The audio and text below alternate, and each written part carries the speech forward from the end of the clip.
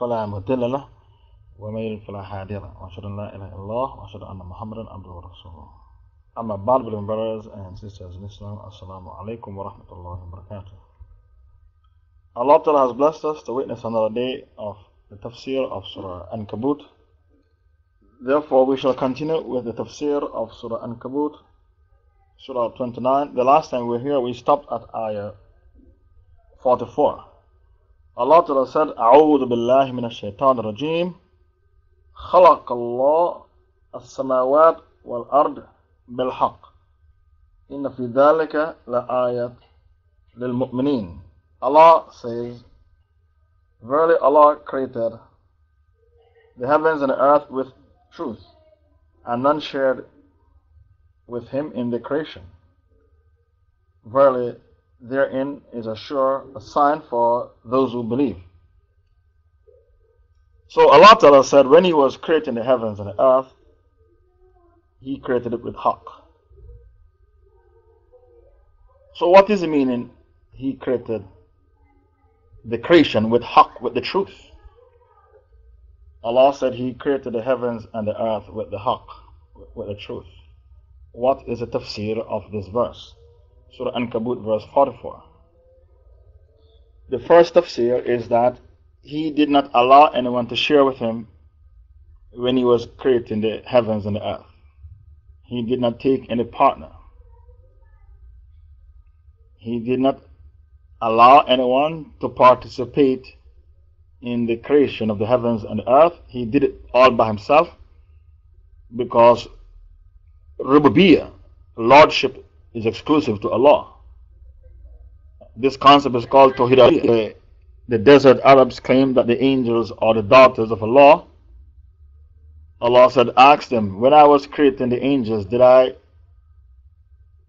make you become witnesses to the creation? Did you see me creating the angels and giving them female private parts for you to say they are my daughters? And by the way, you choose sons for yourselves and bury your daughters alive. You give me daughters and you choose sons for yourselves. When I was creating the angels, did I call you to become witnesses to my creation? Did you see me creating the angels and giving them female private parts? Who told you the angels are the daughters of Allah? Who told you Allah has daughters? Ali Rabbika al-Banat wa lahum al-Banun. You have Banun and you give me Banat. So this is the question Allah Ta'ala asks the pagan Arabs, who claim that the angels are the daughters of Allah.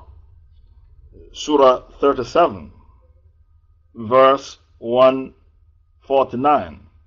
فَاسْتَفْتِهِمْ أَلِرَبِّكَ الْبَنَاتِ وَلَهُمْ الْبَنُونَ. Surah 37 149. Ask them, the pagan Arabs, the kuffar of Quraysh, are they only daughters for your Lord and sons for them? You bury your girl children alive and you choose sons for yourselves and you give Allah daughters. أَمْ خَلَقْنَا الْمَلَائِكَ إِنَاثًا وَهُمْ شَاهِدُونَ. Or did we create the angels females while they were witnesses? Ayah 150. Did I make you become witnesses when I was creating the angels? I didn't even have witnesses when I was creating my creation, much less to have a partner helping me to create my creation. Do you follow? Allah said, I didn't even have witnesses when I was creating my creation, much less to have a partner to help me to create my creation. أَلَا إِنَّهُمْ مِنْ إِفْكِهِمْ لَيَقُولُونَ. Verily it is of their falsehood that they fabricate against Allah. The Kafirs, their modus operandi is to lie on Allah. Lying on Allah. And Allah said the worst liar is the one who lies on Allah. Surah 61 verse 7. وَمَنْ أَظْلَمُ مِمَّنْ افْتَرَى عَلَى اللَّهِ كَذِبًا. Who can be eviler than the one who fabricates a lie against Allah? وَلَدَ اللَّهِ. Allah has begotten offspring. the angels being the daughters of Allah, and verily they are liars. Ayah 152. What are the law? Allah beget kids. The angels are the daughters of Allah. Indeed, they are liars.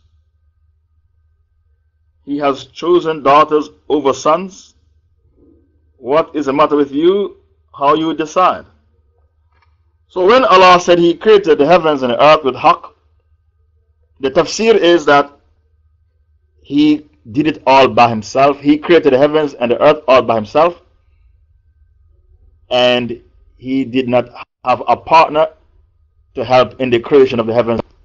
The Christians, they say Allah said, let us make man.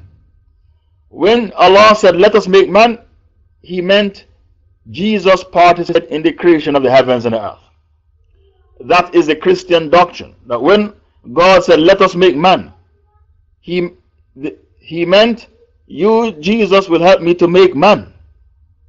That is what they preach in the church. And that is kufr, shirk, and heresy, zandaka. Allah did not say, let us make man. That's a big lie. Allah said, Inni ja'ilun fil ardi khalifa. Verily, I am about to place on earth a vicegerent. Baqarah 30. Baqarah 30.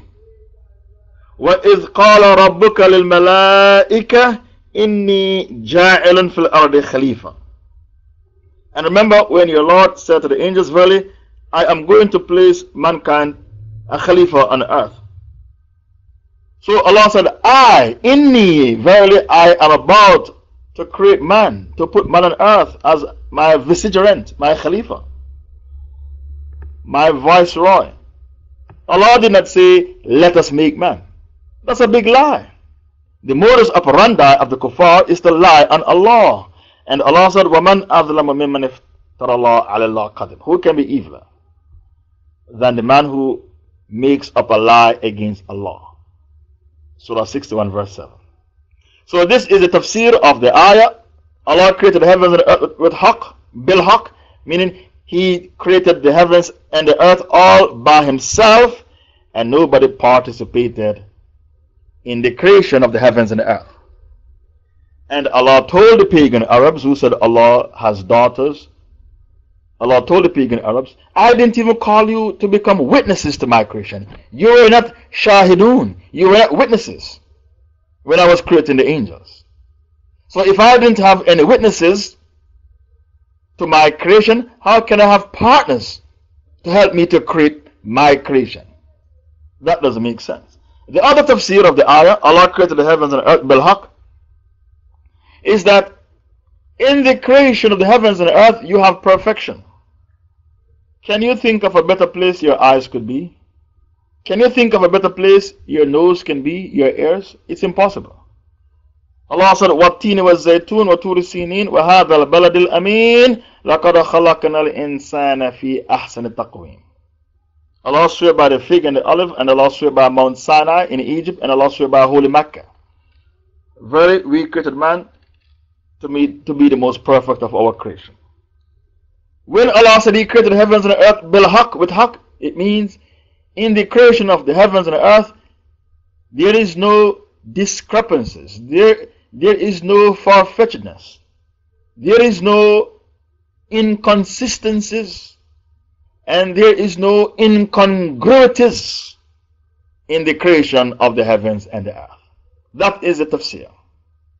No incongruities and no discrepancies, no inconsistencies in the creation, no contradictions and no rift, no flaws in the creation of Allah's creation, in the making of Allah's creation.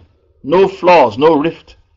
So Allah said, تَبَارَكَ الَّذِي بِيَدِهِ الْمُلْكُ وَهُوَ عَلَى كُلِّ شَيْءٍ قَدِيرٌ الَّذِي خَلَقَ الْمَوْتَ وَالْحَيَاةَ لِيَبْلُوَكُمْ أَيُّكُمْ أَحْسَنُ عَمَلًا وَهُوَ الْعَزِيزُ الْحَكِيمُ الَّذِي خَلَقَ سَبْعَ سَمَاوَاتٍ طِبَاقًا مَا تَرَى فِي خَلْقِ الرَّحْمَنِ مِنْ تَفَاوُتٍ فَرْجِ الْبَصَرِ هَلْ تَرَى مِنْ فُتُورٍ ثُمَّ ارْجِ الْبَصَرَ قَرَّتَيْنِ يَنْقَلِبْ إِلَيْكَ الْبَصَرُ خَاسِئًا وَهُوَ حَسِيرٌ Blessed is he in whose hand is the mulk. Surah 67. Surah Mulk, Surah 67. And he's able to do all things. Who has created death and life, that he may test you to see which one of you is better in conduct. Who has created the heavens, one above another.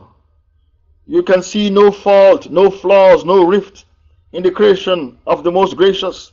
Then look again. Can you see any rift? Can you see any flaws? Can you see any discrepancies? Can you see any contradictions? Can you see any incongruities? Can you see any of that? Then look again and yet again. In case you are not convinced about your first look, look a second time and a third time. Your eyesight will return to you with complete humiliation, submission, completely worn out, and still you cannot find one single fault in the creation of Allah. And biology, you know that there is no flaws in the creation of Allah. It is impossible for you to find one fault. For those of you who study medicine, anatomy, and biology, it's impossible for you to find one fault in this wonderful and marvelous creation of Allah. And this is the meaning of Allah's word, that He created the heavens and the earth bil haq. Bil haq means with no discrepancies, no inconsistencies, and no incongruities. Ayah 45. Utlu ma uhiya ilayka min al-kitab wa aqim as-salat. Ayah 45. Recite to mankind, O Muhammad, what was revealed unto you from the Quran.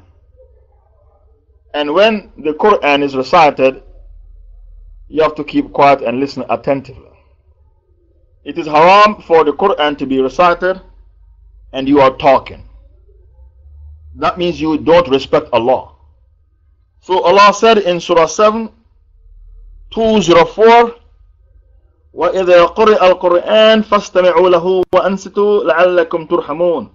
So when the Quran is recited, listen to it attentively and be quiet, so that you will receive the mercy of Allah. Surah 7, 204. Here in Surah Al-Ankabut, Allah Ta'ala is commanding Muhammad to recite the Quran to mankind. The Prophet went to Mecca at the Qatar, that all the kuffar who heard it, they went down in sajda.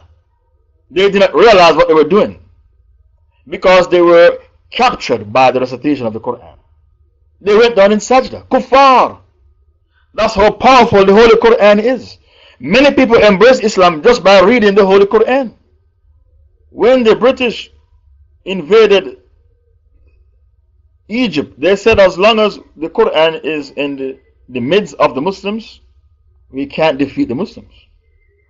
As long as the Quran is in the midst of the Muslims, we can't defeat the Muslims.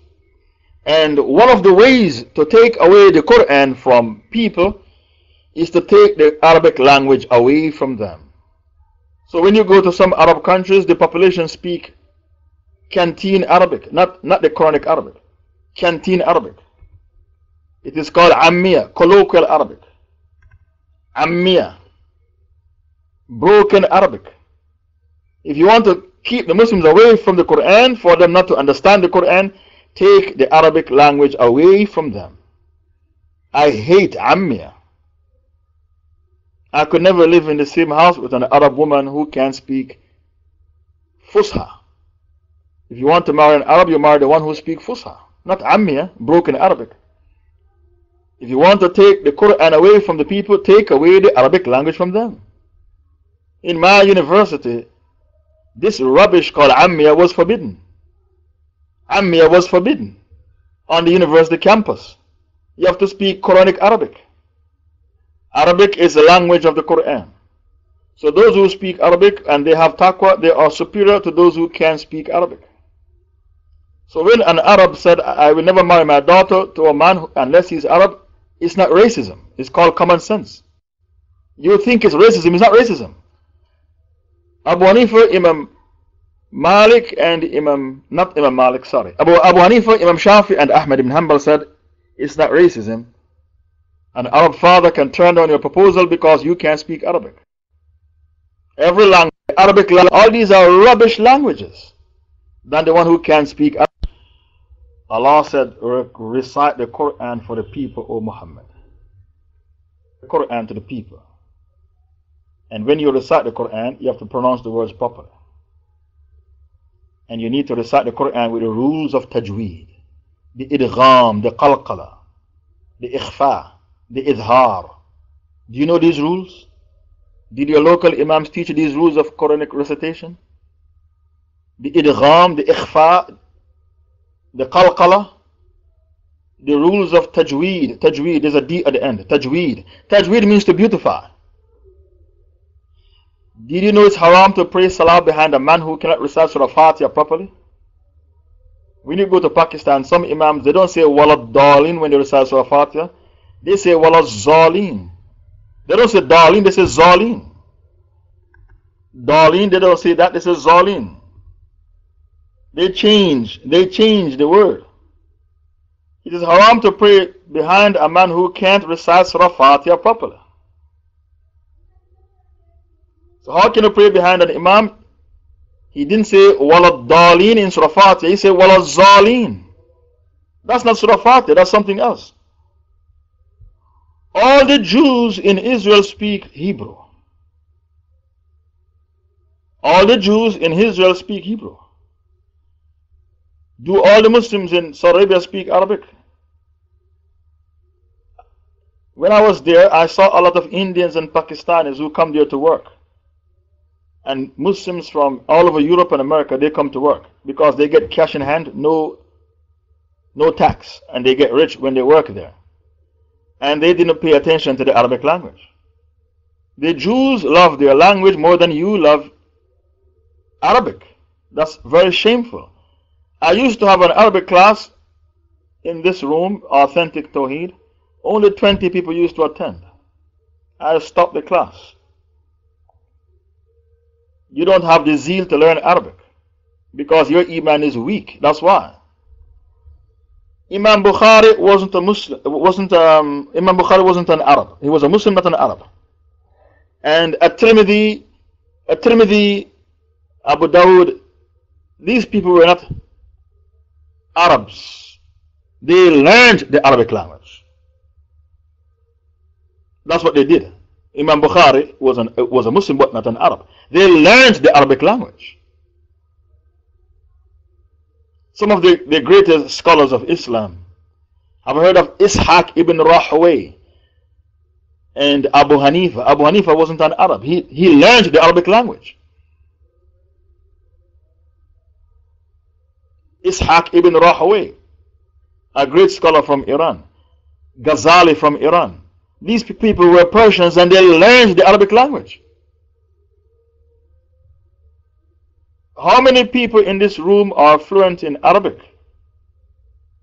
Maybe 1, 2, or 3. All the Jews in Israel are fluent in Hebrew. So if you go to live in an Arab country, Saudi Arabia, Oman, Qatar, Kuwait, Bahrain, would you say, I will never leave this country until I am fluent in Arabic? Would you say that? I'm sure many of you would not. I am in Saudi Arabia, working in Kuwait, in Oman, Qatar. How many of you would say, I will never? How many of you would say, Wallahi, I will never leave this country until I become fluent in the Arabic language? Many of you would not say that. All you care about is money, money, money, money. The language of the Quran, you don't give a damn about learning Arabic because your Iman is weak. You prefer to learn French and English and German than Arabic. The hypocrisy in your heart is so strong, you prefer to learn the language of the Europeans than to learn the language of the Quran. And Arabic is the language of Jannah because Allah will say Assalamu alaikum when you go to Jannah. Salamun qawlan min Rabbir Rahim, that's Surah Yasin. Aren't you ashamed? The Jews, they learn their Hebrew, but you don't learn your Arabic. The Jews, they are fanatical about their language. Every language other than the Arabic language is a rubbish language. Surah Yasin, verse 58. Salamun qawlan min Rabbir Rahim. Allah will say Assalamu alaikum to you when you go to paradise. People who don't speak Arabic, they always have dodgy aqidah. Look at the Pakistanis, they're Bareilwis because they speak Punjabi. Look at the Persians, they're Shiites because they speak Persian. People who don't speak Arabic, they always end up with dodgy aqidah. Dangerous ideas, treacherous aqidah. Like the Bareilwis of Pakistan and the Shiites of Persia. Don't you know the language affects how you think? When you want to destroy a person, you teach him a dodgy language. Why do you think the people living in Europe and America, the Muslims of Europe and America, they are tainted with hypocrisy? Because they are speaking a white man language. The language affects your mentality. In Arabic, a word is either masculine or feminine. There is no word which is hermaphrodite. A word is either masculine or feminine.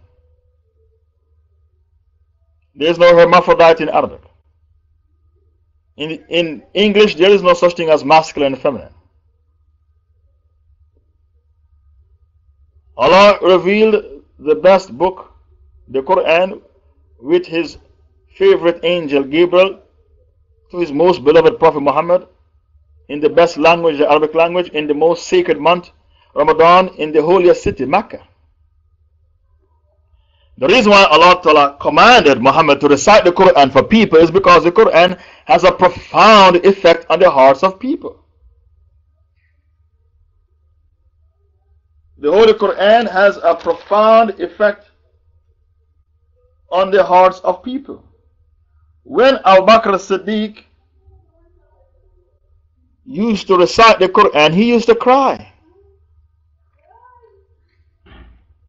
And Aisha said, don't choose my father to lead the people in Salah, choose somebody else because he cries too much in his Salah. Why Abu Bakr cried in his Salah? Because the Quran has a profound effect on the hearts of people. Surah 8 verse 2. What did Allah say in Surah 8 verse 2? إِنَّمَا الْمُؤْمِنُونَ الَّذِينَ إِذَا ذِكْرَ اللَّهِ وَجْلَتْ قُلُوبُهُمْ وَإِذَا تُلِيَتْ عَلَيْهِمْ آيَاتُهُ زَادَتْهُمْ إِيمَانًا وَعَلَى رَبِّهِمْ يَتَوَكَّلُونَ. The believers are only those who, when Allah is mentioned, feel a fear in their hearts. And when His verses, the verses of the Quran, are recited to them, the verses increase their faith, increase them in Iman, and they put their trust in their Lord alone. The recitation of the Quran has a profound effect on the hearts of people. And because of that, Allah commanded the Prophet, recite the Quran for the people.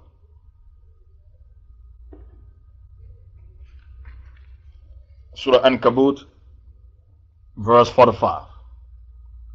Recite the Quran for the people because the Quran is a shifa, a cure. One day some Sahabas were traveling and the leader of a tribe, the chief, got stung by a snake. He was about to die. And the people said, can any of you companions of the Prophet help our chief? He's going to die. Can you recite for him? A man jumped down from his camel and said, I will recite for him. The Sahaba recited over the man and the man was cured immediately. Everybody said, what did you recite? What did you recite? They were curious. They were intrigued. He said, I recited for the man Surah Fatiha. I recited over him Surah Fatiha. The Quran is a cure. That's why you have to recite the Quran for the people.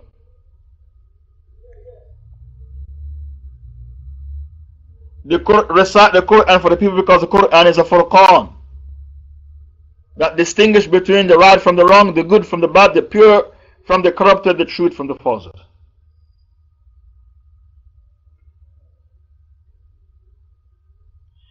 The Quran has to be recited because it's ruqya, incantation, a protection from the jinn. Whenever a person is being possessed by the jinn, The cure is to recite the Quran over this person who is being possessed by the jinn. That's why you have to recite Quran for the people.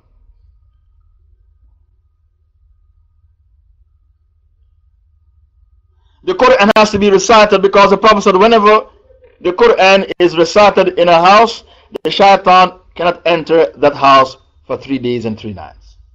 The Quran is used to drive away the shaitan from the houses. The Quran is your protection from the jinn. You drive away the shaitan from the house when the Quran is recited. Which surah? Surah Baqarah. The Prophet said Surah Baqarah. No shaitan can enter that house when Surah Baqarah is recited. The Quran has to be recited because it is the Hujjah. The Quran is the Hujjah because the Rasul said, Ahsan Hadith Kitabullah wa khar Hadith Hadith Muhammad sallallahu alayhi wa sallam. The best Hadith is the Book of Allah. When you debate with the goofy Sufi and the shady Shia and the Madkhali, you have to use Quran. Because if you use Hadith, they're going to say the Hadith is weak. If you quote a verse from the Quran, can they say the verse is weak? Impossible. Impossible. And because of that, the scholars make takfir on the Shiites who said Aisha had an affair. Because Allah said in the Quran, Aisha didn't have an affair. Surah 24, verse 11. The Quran has to be recited because it's a protection for your property. The Rasul said, if you, the Rasul sallallahu alaihi wasallam said about the statement which was made. The man came and stole from Baitul Mal, and Abu Hurairah caught him. And he said, I am old and I have dependents. And the man came back the following night and he said the same thing. And the Rasul said to Abu Hurairah, do you know who that man was? The man said to Abu Hurairah, if you recite Ayatul Kursi over your property, nobody can steal your property. The Rasul said, do you know who that man was? Abu Hurairah said, Allah and His Rasul know better. The Rasul said, that was the shaitan, Sadaqa wa huwa kadhub. He spoke the truth even though he was a compulsive liar. He spoke the truth even though he's a compulsive liar. The Quran has to be recited because it contains dua. Many, many dua. I don't have time to tell you all the duas, but I'll tell you one. The dua for traveling, found in Surah 43, verses 13 to 14. Surah 43, verses 13 to 14. Subhanalladhi sakhara lana hadha wa ma kunna lahu mukrinin wa inna ila rabbina lamunqalibun.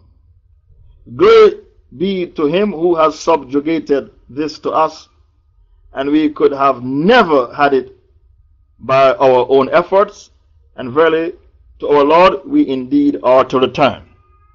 This is the dua for traveling that you recite when you go in your motor car. Where is it found? In Surah Zukhruf. And the Quran contains many, many dua. But I don't have time to tell you all these duas. We have to put a separate sitting for that. I'll just give you one example. The dua for traveling is found in Surah Zukhruf. The Quran is the soothing for the heart. The Quran has to be recited because it soothes the heart. It's soothing for the heart. And the men of knowledge, they are the ones who enjoys the Quran. Surah 3, 190. Surah 3, 190. The men of knowledge, they are the ones who enjoy the Quran. إن في خلق السماوات والأرض واختلاف الليل والنهار لآيات لأولي الألباب الذين يذكرون الله قياما وقعودا وعلى جنوبهم ويتفكرون في خلق السماوات والأرض ربنا ما خلقت هذا باطلا سبحانك فقنا عذاب النار. Verily in the creation of the heavens and the earth and in the alternation of night and day They are indeed signs for men of understanding, those who remember Allah always in prayers, standing, sitting, and lying down on their sides. That is, if they are sick,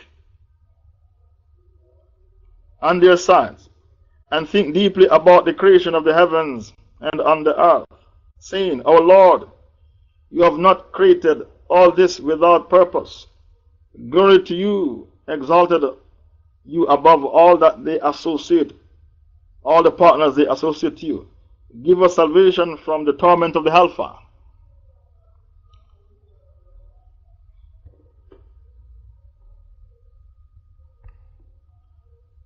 The men of understanding, they reflect on the Holy Quran.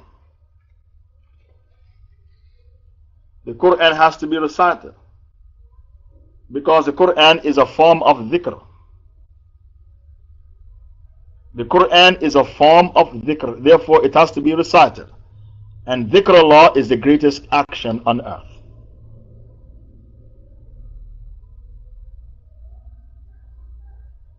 The Quran has to be recited because it's a scientific book, it has science. And when the Quran is recited to the scientists, they embrace Islam. Haven't heard about Maurice Bucali, the French scientist?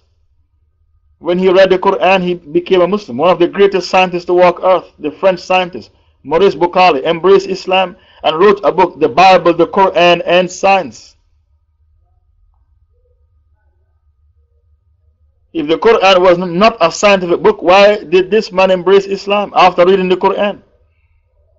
He said the Bible contradicts science, but the Holy Quran did not contradict science. Therefore, this book has to be revealed by Allah Himself. Not only is the Quran a scientific book, the Quran is a historic book. It has documented history. A book of psychology. A book of sociology. That's why the Quran is the greatest miracle of Muhammad sallallahu alaihi wasallam. Because it contains all the subjects under the heavens, even anatomy and biology. Therefore, the Quran has to be recited for it to touch the hearts of people the way it touched the heart of Maurice Bucali, the French scientist who embraced Islam and dedicated his life to Islam after embracing Islam. And to prove to mankind that the Quran is a scientific book, it doesn't contradict science the way the Bible contradicts science. So the Quran has to be recited. The Quran has to be recited because it calls you to grow in Iman. Surah 8 verse 2. Surah 8 verse 2, Allah said the Quran calls you to grow in Iman. إنما المؤمنون الذين إذا ذكر الله وجلت قلوبهم وإذا تليت عليهم آياته زادتهم إيمانا وعلى ربهم يتوكلون. The believers are only those who, when Allah is mentioned, feel a fear in their hearts. And when the verses of the Quran are recited to them, the verses increase their Iman. So this ayah tells you your Iman increases. And they put their trust in their Lord alone. Therefore, the Quran has to be recited.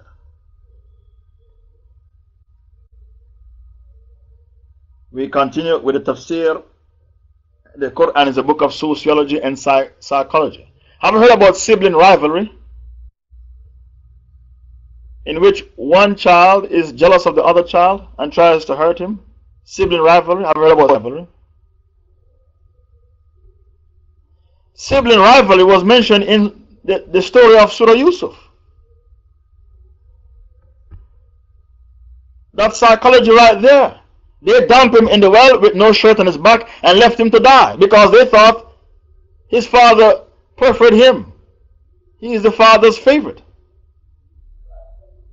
Have you heard about sexual harassment at work, on the job, which is rife in Europe and America? When Zuleika grabbed the shirt of Yusuf and tore it from the back, That's called sexual harassment at work. That's sexual harassment right there in front of you in the Holy Quran. And there are, have you heard about criminology? Have you heard about criminology? That subject, criminology. Do you remember when the brothers of Yusuf took back the shirt with the blood of a lamb, and they were crying, and they went back at Isha? Why did they go back at Isha, at the time of Salat al-Isha? So that they could hide their crocodile tears. How did Prophet Yaqub know that it's a big lie? Wolf did not eat my son. The blood is false blood. How can you take back a shirt to me and claim that wolf ate my son and not a single hole is on the shirt? The shirt is intact. The shirt was not torn up. Answer that question. That's criminology in the Quran. The shirt of my son is not torn up.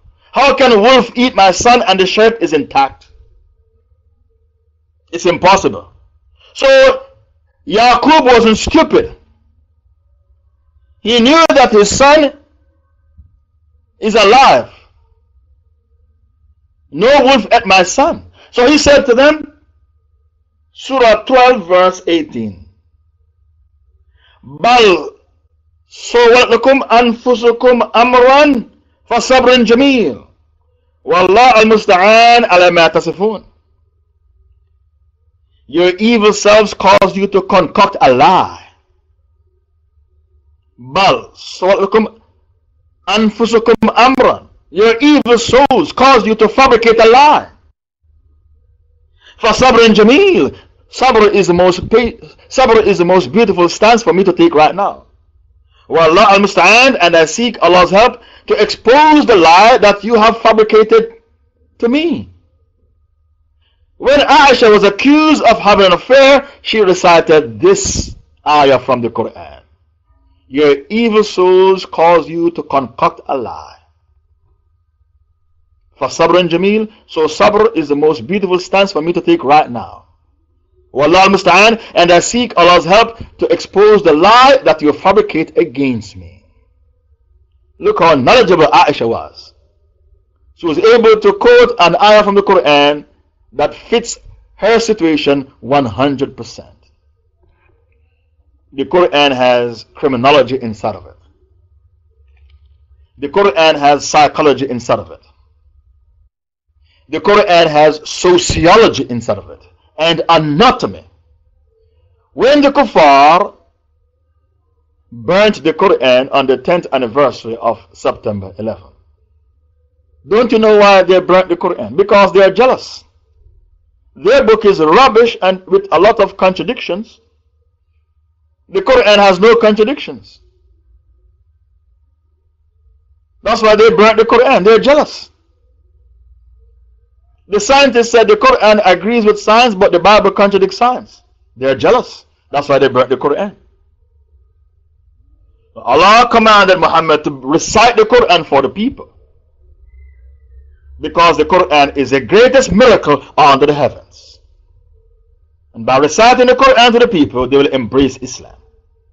And the Rasul said, خَيْرُكُمْ مَنْ تَعَلَّمَ الْقُرْآنَ وَعَلَّمَ. The best of you are those who learn the Quran and teach it to others. خَيْرُكُمْ مَنْ تَعَلَّمَ الْقُرْآنَ وَعَلَّمَ. The best of you are those who learn the Quran and teach it to others. The Quran is the greatest miracle under the heavens, and because of that, Allah said to Muhammad, recite the Quran for mankind. The Quran is a book of history, a book of science, a book of sociology and anatomy and biology. You understand? One of the signs of a believer, he loves the Quran. One of the signs of a munafiq is that he doesn't like the Quran. A munafiq doesn't like the Quran. And the shaitan runs away when he hears the Quran. And because of that, when the Quran is recited, Surah Al-Baqarah in the home, the shaitan stays away for 3 days and 3 nights. We continue with we continue with our tafsir. Allah said, recite the Quran for the people, O Muhammad. Waqim as-salah. Establish your salah. Inna salata tanha an al-fasha wal munkar. And establish your prayer, because your prayer saves you from fahsha, indecent sexual intercourse, and munkar, all types of sins. The word fahsha means unlawful sexual intercourse. Munkar is disbelief and polytheism and every kind of wicked deeds. That's called munkar. Why did Allah single out fahsha, which is sex, in the Quran? A census was taken up, and in Europe and America, 80% of people have an affair. 80% of people have an affair. So now you know why Allah singled out fahsha. Fahsha means sex. And said the salah prevents you from fahsha. That's because the sexual instinct is so powerful. So powerful is the sexual instinct. Your nikah is half of your deen. Your marriage is half of your deen. Men who don't have enough sex, they die from a cancer which is called prostate cancer. Women who don't have enough sex, they die from a cancer which is called cervical cancer. That's how important it is. In Catholicism, they want you to feel guilty about sex. That's the Catholic faith. In the Islamic faith, the Prophet said, every time you go to bed with your wife, both of you get the barakah. It's an act of charity and ibadah in our religion. So the man with a higher libido and the woman with a higher libido, she gets more barakah than the woman with a low libido. Each time you go to bed with your partner, you get barakah. Allah said, when you perform your fatherly prayers, it keeps you away from fahsha. Fahsha is unlawful sex. You are living in Dar al-Harb. The TV talks about sex. The newspapers talk about sex. The radio talk about sex. The billboards when you travel along the road talks about sex. The magazines in the shops talk about sex. When I graduated from Saudi Arabia, the first country I went to was the UK. I went into a shop to buy a newspaper and they had dirty magazines. I said to the man, what about the 12-year-olds who come into your shop? The front cover of these magazines are indecent. What about the 12-year-olds who come into your shop? Why are you selling these magazines? He said to me that this country is not a religious country, it's a secular country. So with my ideas, I should go and live in a Muslim country. That was his reply. If it's a secular country, why they said the queen is the defender of the faith? How can you be secular? They call the defender of the faith. The king, because he wants to change it, the defender of faith, not the faith. And there are people who claim Prince Charles is a secret Muslim. That's why he's not keen on the title, the defender of the faith. He wants to change it to the defender of faith and take out the word the. And there's big fitna right now in the UK about one word. Which word? The word the.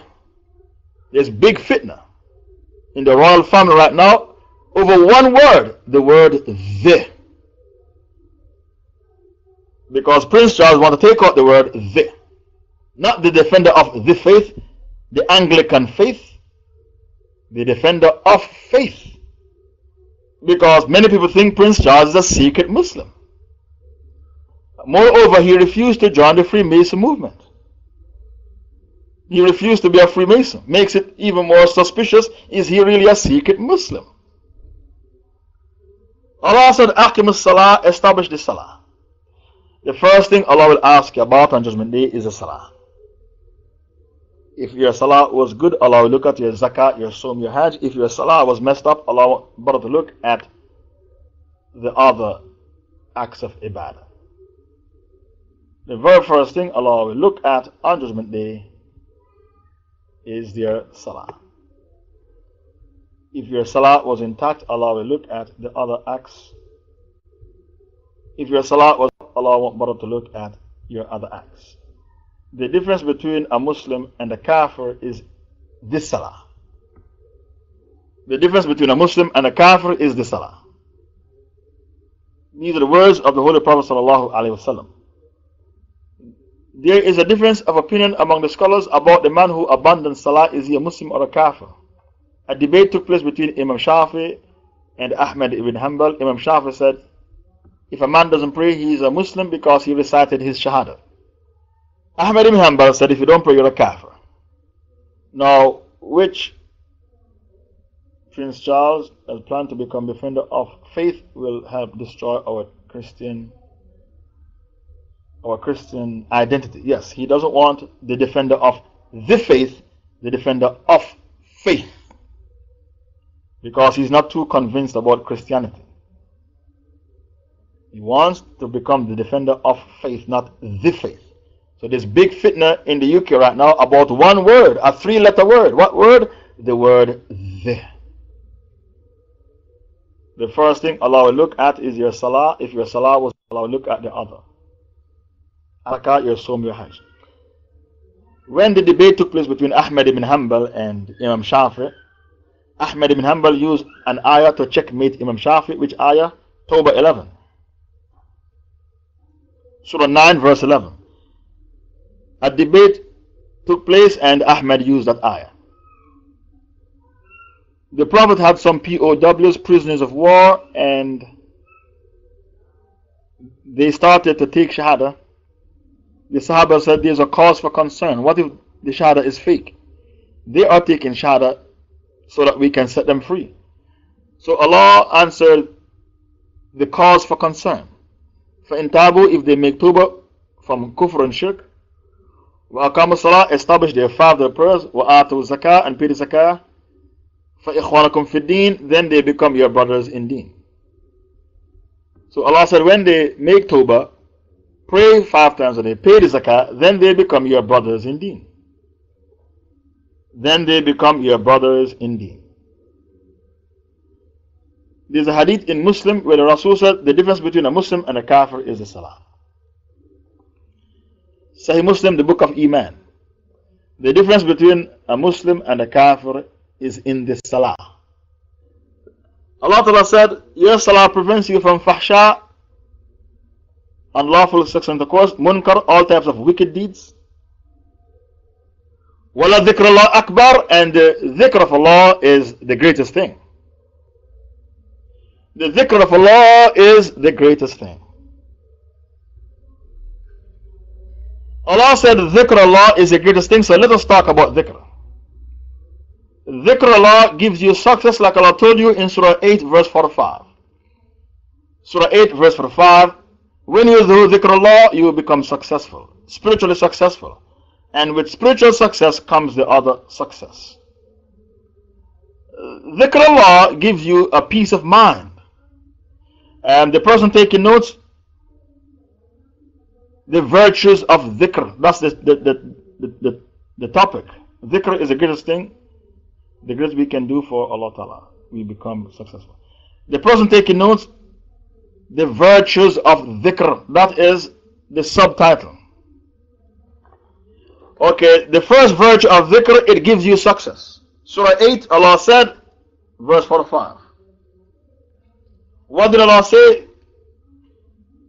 يَا الَّذِينَ آمَنُوا إِذَا لَقَيْتُمْ فِئَةً فَاثْبِتُوا. Oh, you believe, when you meet an enemy army, an enemy force, take a firm stand against them and remember the name of Allah much, both with tongue and mind, so that you may be successful. That's the first virtue of dhikr. It brings you success. The other virtue of dhikr is that it gives you a peace of heart. Surah 13, verse 28. So whenever you want your heart to be at peace, you do dhikrullah, like Allah told you in Surah 13, verse 28. الَّذِينَ آمَنُوا وَتَطْمَئِنُّ قُلُوبُهُمْ بِذِكْرِ اللَّهِ. Those who believe in the oneness of Allah and whose hearts find rest in the dhikr of Allah, the remembrance of Allah. Where their hearts find rest in the dhikr of Allah. Dhikr Allah, the remembrance of Allah. The other virtue of dhikr.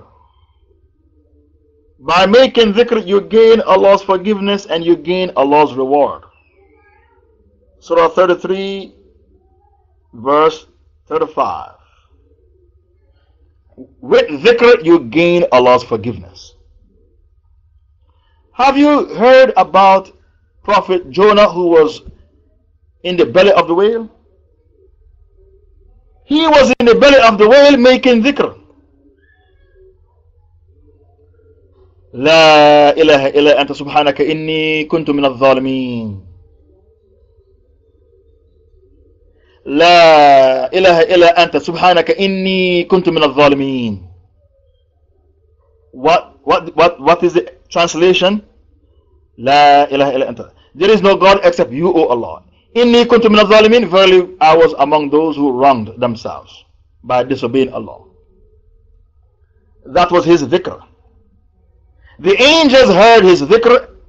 The animals in the ocean heard his dhikr and they gathered around and they felt sorry for him and they interceded for him. They begged Allah to forgive him. Then Allah forgave him and Allah said, if he did not make that dhikr when he was in the belly of the whale, I would have made him stay in the belly of the whale until the day of judgment. That's how powerful dhikr is. It makes Allah forgive you. Allah said, if Prophet Jonah did not make that dhikr when he was in the belly of the whale, I would have caused him to stay in the belly of the whale until the day of judgment. Well, I cannot give you the tafseer of Surah Al-Ankabut without telling you the virtues of dhikr. Because in Surah Al-Ankabut, Allah said, وَلَا ذِكْرُ اللَّهِ أَكْبَرُ. To remember Allah is the greatest thing. And the salah itself is dhikr. To read the Quran is dhikr. To do salah is dhikr. What will cause you to abstain from haram? By doing dhikr. That's why Allah said, وَلَا ذِكْرُ اللَّهِ أَكْبَرُ. To remember Allah is the greatest thing under the heavens. And because of that, when the man said to the Prophet, O Messenger of Allah, what's the best thing? The Prophet said, to establish salah at the right time. The man said, what next? To look after your parents. What next? To do jihad fi sabilillah.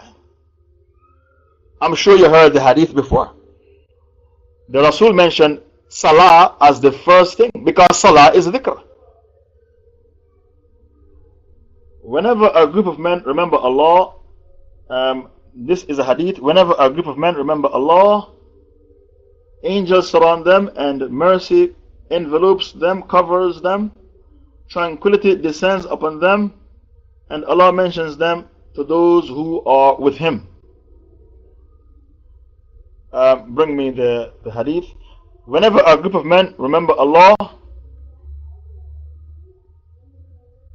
the angels surround them, the mercy of Allah envelopes them, tranquility descends upon them because of dhikr.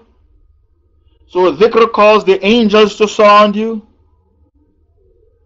Dhikr calls the mercy, the person taking notes, the virtue of dhikr. Dhikr calls the angels to surround you, to attend your gathering. And the dhikr calls the mercy of Allah to envelop you. And the dhikr calls tranquility to descend upon you. It calls the angels to surround you, Allah's mercy to envelop you, tranquility to descend upon you. Number 6, tranquility descends upon you. Number 6, tranquility descends upon you. Am I going too fast? Tranquility descends upon you. Number 8, Allah mentions you by your name in His gathering. Allah mentions you when you do dhikr. Allah mentions you by your name to the angels who are with Him. That's how important dhikr is. Allah will mention you by your name to the angels who are with Him. In His gathering. Which gathering? The gathering of the angels.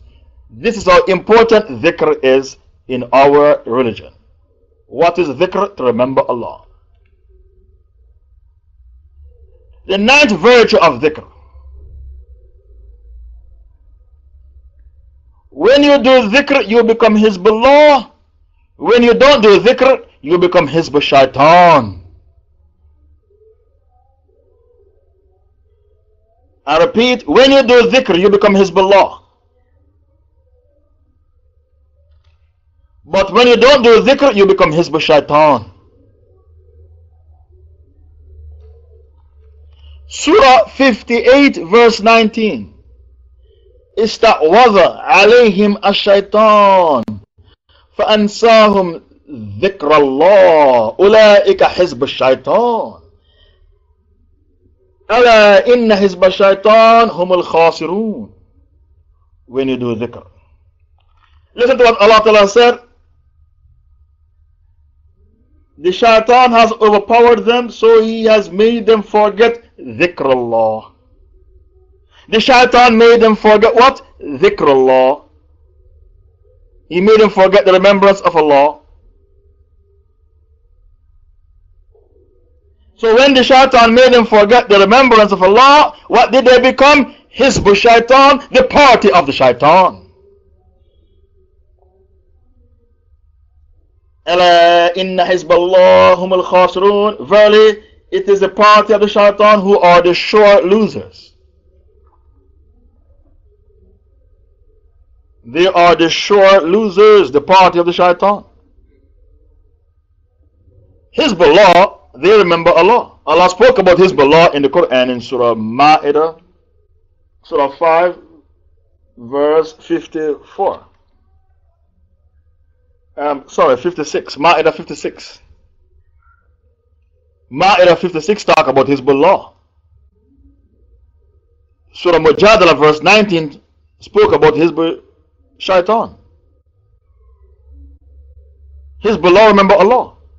And they practice al-wala wal-bara. وَمَنْ يَتَوَلَّ اللَّهَ وَرَسُولَهُ وَالَّذِينَ آمَنُوا فَإِنَّ حِزْبَ اللَّهِ هُمُ الْغَالِبُونَ. And whosoever takes Allah and the Messenger as his protecting friend and ally, and those who believe, then that party is a party of Allah, and they are the victorious party. They shall be the victorious party. One day, Fatima went to the Prophet and said, I want a servant, because I heard you have POWs. I would like one of them to be my servant, because the housework is difficult. The Prophet said to Fatima, I'll give you something better than servant. Go home and recite Subhanallah 33 times, Alhamdulillah 33 times, Allahu Akbar 34 times. This is called the Tasbih of Fatima. The Tasbih of Fatima. That is dhikr. The Prophet didn't want his daughter to have any non-mahram working in the house. That's fitna. Haven't you heard about many women who sleep with their slaves? When Omar was a caliph, a woman slept with her slave. And she told Omar, he's my concubine. Omar didn't stone her to death, because Omar realized he was jahil. Omar said, this ruling is only for men. Men can take concubines, not you. You're a woman. Look how merciful Sharia law is. Omar didn't stone her to death because she was jahil. In Europe and America, they'll tell you ignorance of the law is not an excuse. Ignorance of the law is not an excuse. If you don't know the law, we are going to punish you. According to Sharia law, if you do not know the law, we don't punish you. Look how merciful Sharia law is. The woman slept with her slave boy and Omar did not stone her to death because she did ta'wil. She did what? Ta'wil. So Omar did not stone her to death because she was jahil. In Europe and America, they'll tell you to your face, ignorance of the law is not an excuse. They don't believe in al-udhr bil-jahl. They will never give you the excuse of ignorance. Because the kuffar, they are khawarij. Kuffar are khawarij. They don't forgive.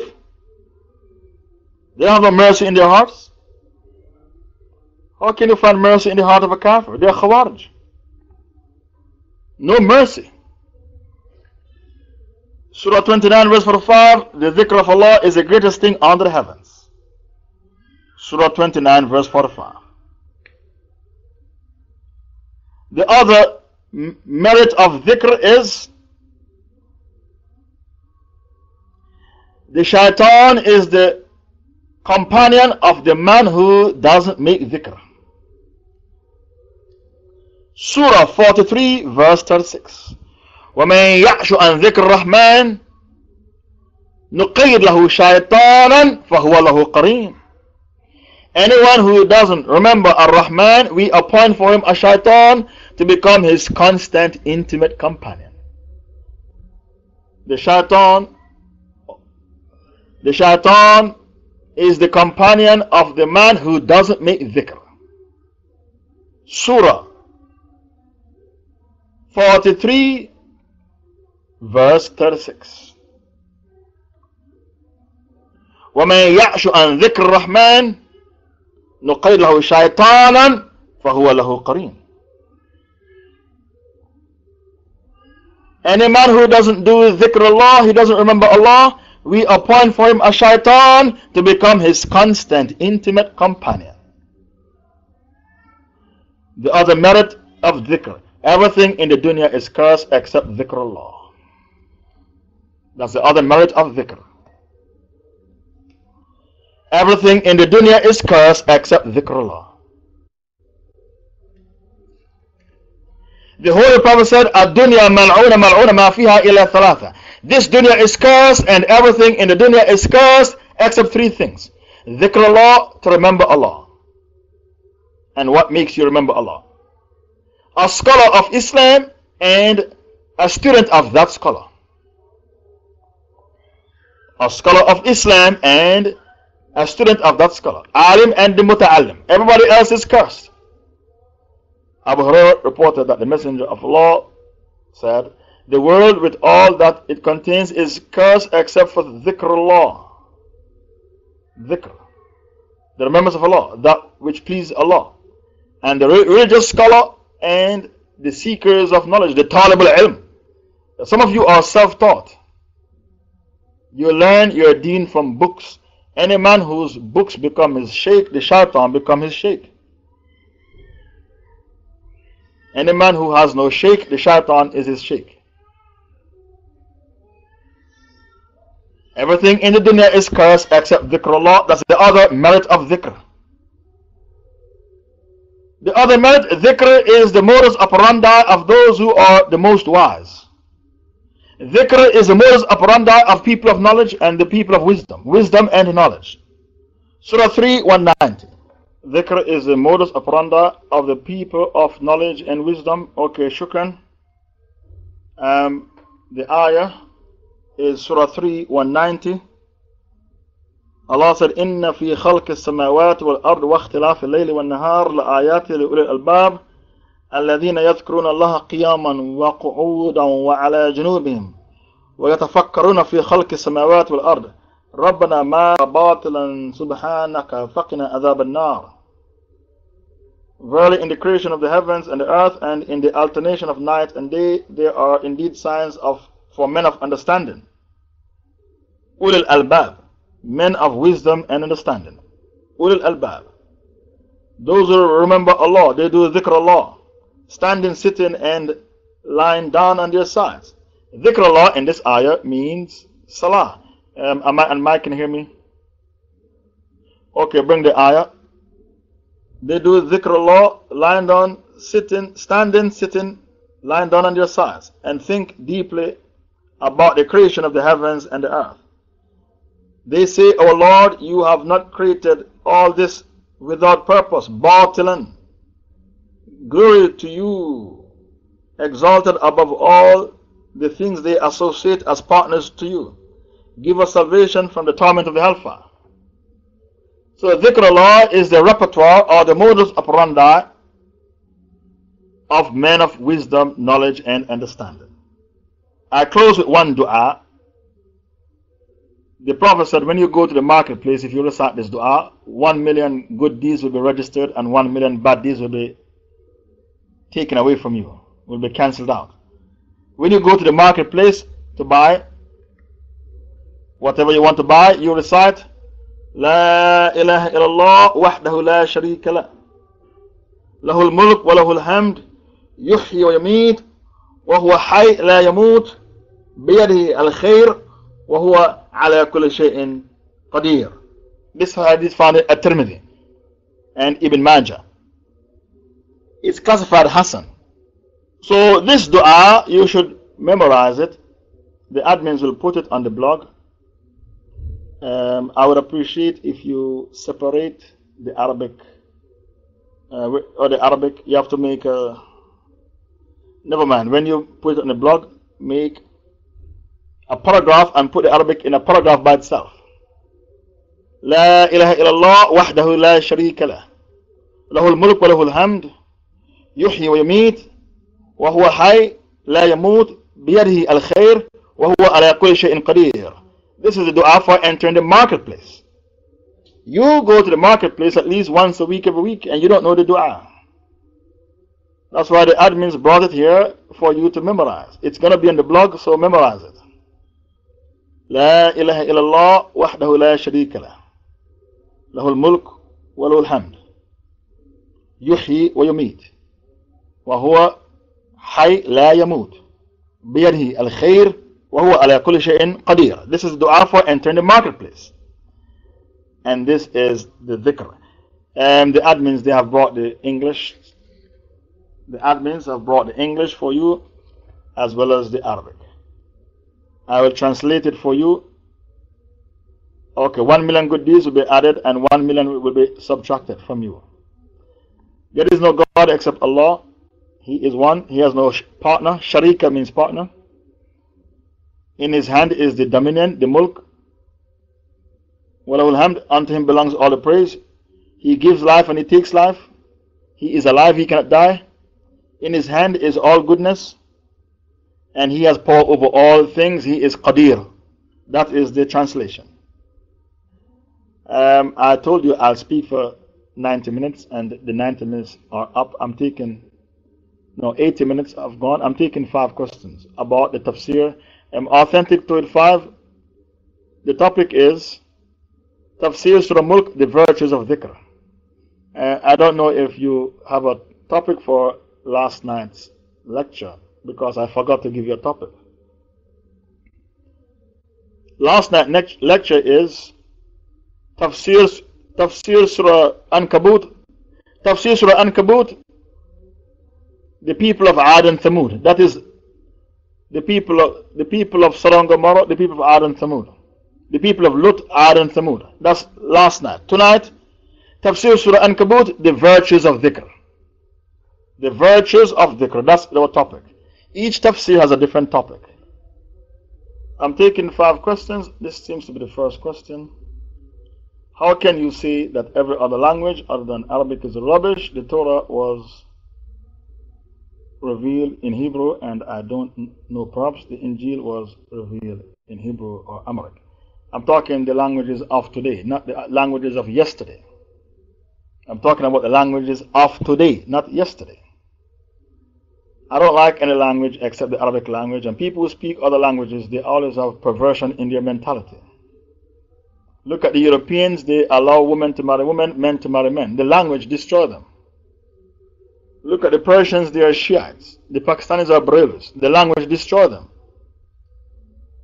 The Arabic language is the best language. If you have two Muslims who are equal in taqwa, one speaks Arabic and one speaks Punjabi, the one who speaks Arabic is superior to the one who speaks Punjabi, because Arabic is the language of the Quran and the language of Jannah. If you have two Muslims who are equal in taqwa, one speaks Arabic, one speaks Persian, the one who speaks Arabic is superior to the one who speaks Persian, because Arabic is superior language to the Persian language. Every language is inferior to the Arabic language. And there is no honor in speaking any language except the Arabic language. There is no honor in speaking English or French. The honor is in speaking Arabic, because Arabic is the language of Jannah. Whenever the kuffar conquer your country, the English, the French, the Dutch, the Portuguese, the Spanish, the first thing they do is to teach you their language. You know why? To corrupt you and to turn you into a shaitan like them. I was in Mozambique in Africa on my African tour, and the people there speak Portuguese. That was disgusting. In Mali they speak French. The Mujahideen have taken over half of Mali. Half of Mali. Whenever the French, the English, the Dutch, the Portuguese conquer your country, the Spanish, these countries, they conquer many parts of the world. The English, the French, the Dutch, the Spanish, the Portuguese, these five. The first thing they do is to shove their language down your throat. Why? Because they want you to become a shaitan like them.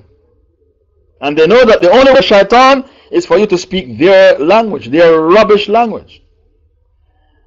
Every other language except for the Arabic language is the language of the kuffar. It's called Lughat Kuffar. And you need to get up off your lazy self and go and learn Arabic. Stop being lazy and learn Arabic. And there's another question.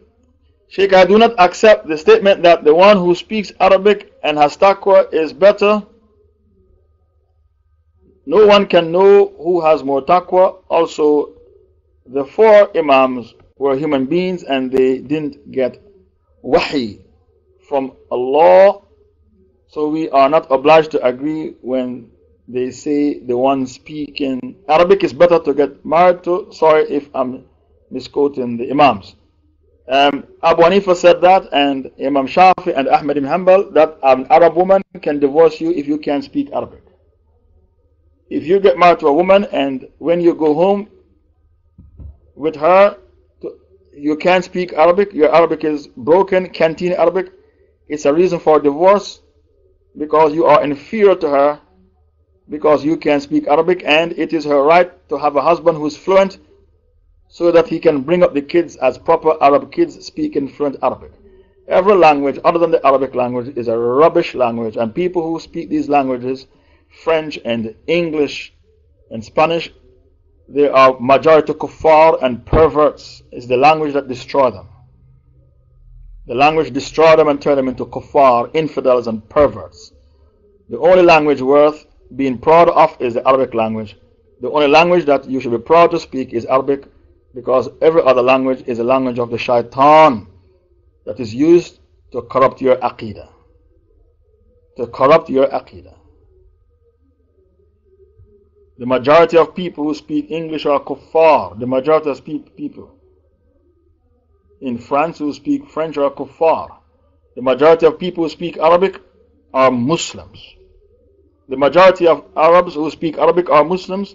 The majority of people who speak English and French, these languages are Spanish, they are kuffar, because that language keeps them away from Hidayah, keeps them away from believing in Allah. Sheikh, are we allowed to study the Arabic language from a non-Muslim or a deviant Muslim? Or is it better to stick with the Muslims? I heard a hadith by the Rasul that the Sahabas were taught how to read and write by the mushriks who were held as prisoners of war. You're allowed to learn Arabic from a Brahmi or even a Shia. It's just a language. But you cannot take your aqidah from anyone except Ahl Sunnah wal Jama'ah. You can even learn tajweed, how to recite the Quran properly with tajweed, from Asha'ira Mu'tazila. What you cannot learn from these people is Aqidah, because Aqidah is Fiqh al-Akbar, the greatest fiqh. So the Aqidah should only be learned from Ahlul Sunnah wal Jama'ah. And you are only allowed to follow the Aqidah of the Mujahideen, because the only legitimate Aqidah is the Aqidah of the Mujahideen. Every other Aqidah is false. And the reason why the Persians are so evil, accusing Allah of breaking His promise to protect the Quran and accusing Aisha of having an affair, the reason why the Persians are so evil is because of the language. The Persian language destroyed them. It would have been better for them to learn Arabic and give up their Persian language. Jazakallah khair. My brother mocks the existence of Shaitan and ridicules the purpose of life according to Surah Al-Dhariyat. So I made takfir on him and consider him a murtad. He used to be known as a pious youth in our community. So many other Muslims ask me how he is doing and to give him salam. What should I tell these unknowing Muslims?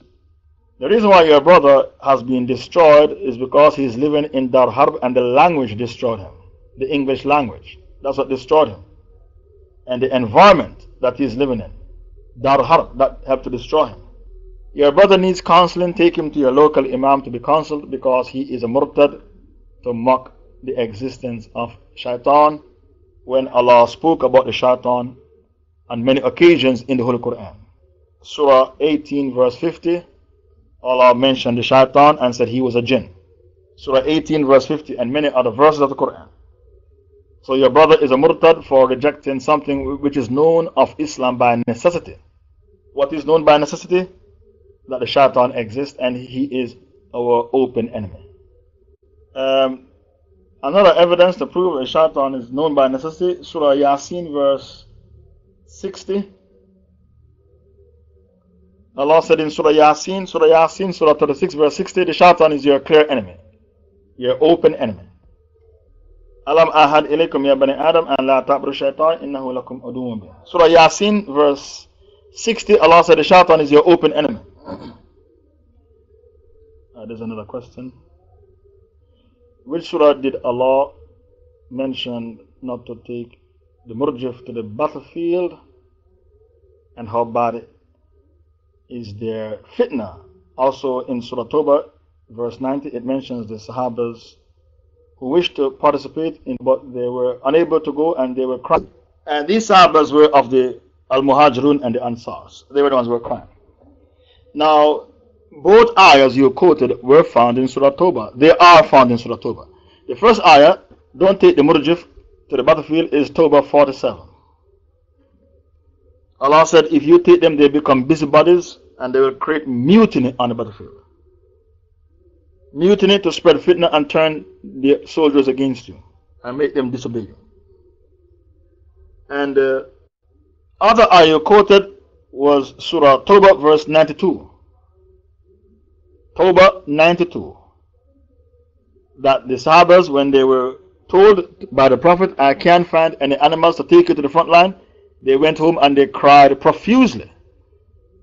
They cried like a baby because they missed the chance of going to the battlefield. That's how sincere the Sahabas were. The Sahabas were of the Al-Muhajirun and the Ansars. Both Al-Muhajirun and Ansars. Tawbah 47, Allah said, if you take the murjif to the battlefield, they will create mutiny, spread fitna,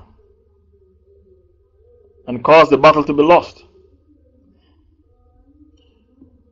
Those who cried because there were no animals to take them to the front line, they were from Al-Muhajirun and the Ansars.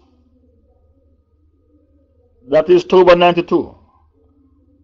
And when Allah said, if you take the murjif, those who spread fitna on the battlefield, they'll create mutiny, that's Tawbah 47. That was the last question. Subhanakallahumma wa bihamdik, nashhadu an la ilaha illa anta nastaghfiruka wa natubu ilayk.